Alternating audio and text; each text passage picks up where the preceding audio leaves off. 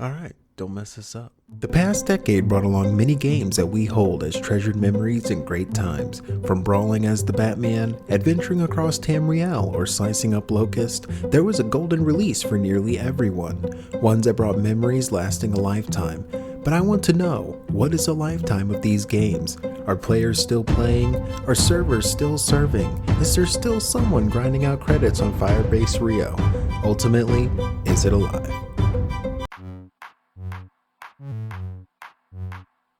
That's right, we're starting off with the landmark title Titanfall, Respawn's mech blasting, pilot glacking, robot hacking shooter, a game I know I held very dear and spent a lot of time scrapping Titans. This game dropped onto Xbox One and PC on March 11, 2014 to critical acclaim, sporting a new take on FPS combat, lots of robots, and of course, the Smart Pistol. Respawn gave us something a lot of players didn't know they wanted, and the older formulas just were not delivering at the time, such as verticality, a more populated battlefield, and speed that just couldn't be found in similar titles available.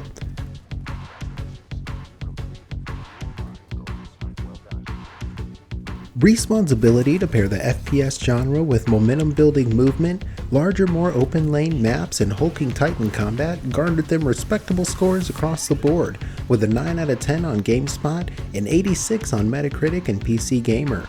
This game hit all the points shooter fans wanted. 11 game modes ranging from your tried and true capture the flag all the way to their version of Bounty Hunter marked for death.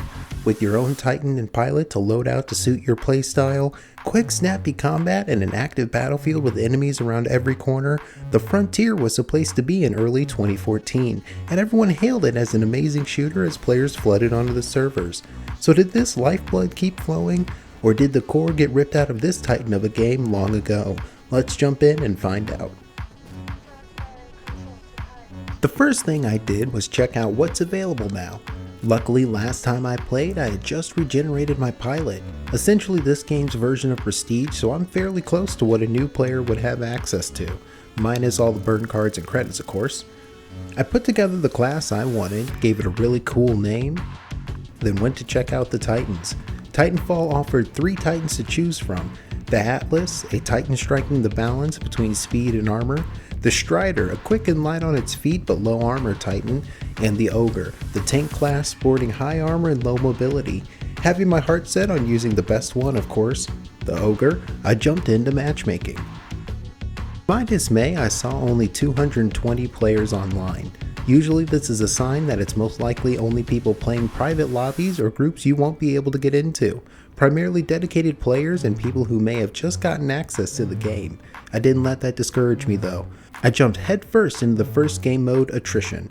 Listed as Classic Titanfall, I quickly found a game with little to no wait time. I was greeted with the Strider Titan and quickly defeated. Granted, that's usually the case joining games in progress, but I was getting my Titan. I set to work defending my teammates as they escaped in the dropship, got my experience, unlocked a new weapon, completed some challenges, and queued for the next game.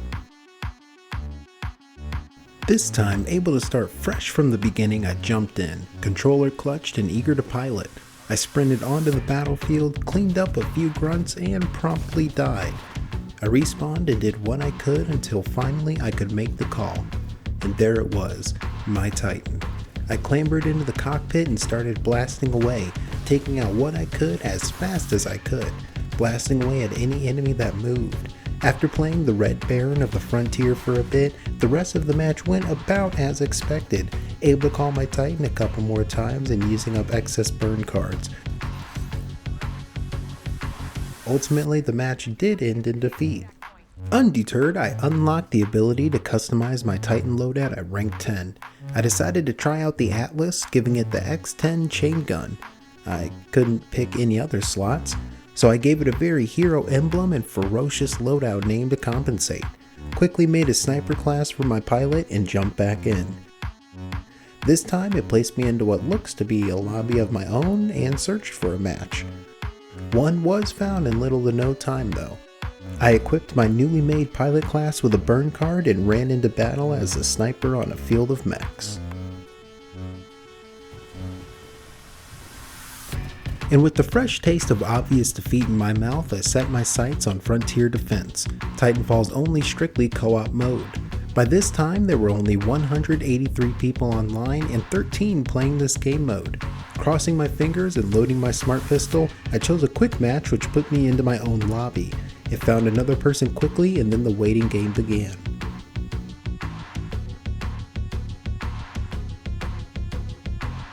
Eventually deciding my lobby wasn't good enough, it put me into another one.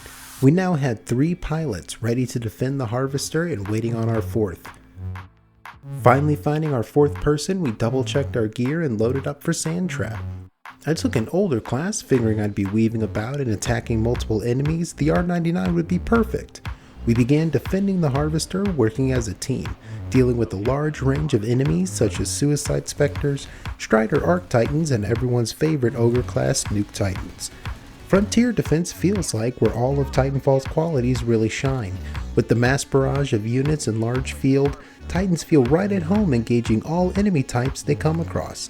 The pilots are able to fight alongside their Titans, and you can see where the real beauty of the Pilot-Titan combination comes into play. After successful wave of defending the harvester, we finally had one failure, resulting in a restart on the final wave. Just one restart though, my team was able to pull it through, defend the harvester, and complete that mission. After sitting down with the game today, I can see it is alive, but just barely. It's a game I can see becoming a ghost town in the next few years.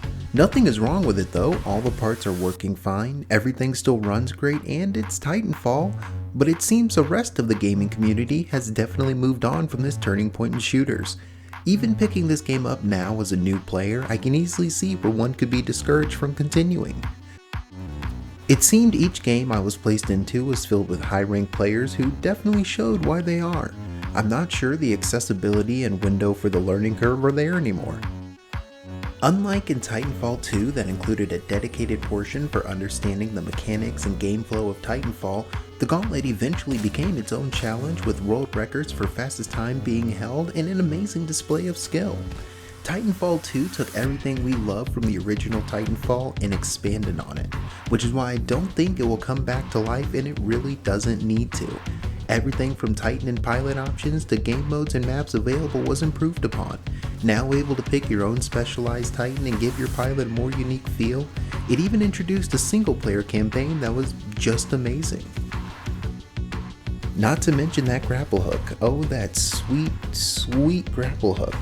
Apex Legends also delivers you the Titanfall universe and some of the mechanics you know, just without Titans. Ultimately, it looks as though this battlefield is only for veteran pilots at this point, leaving Titanfall looking more like Living Dead. But of course, I could be wrong. If you disagree, let me know in the comments. If you know of another game released in this past decade that you loved and think needs a wellness check, please put it in the comments below. Don't forget to like and subscribe, and I'll see you next time.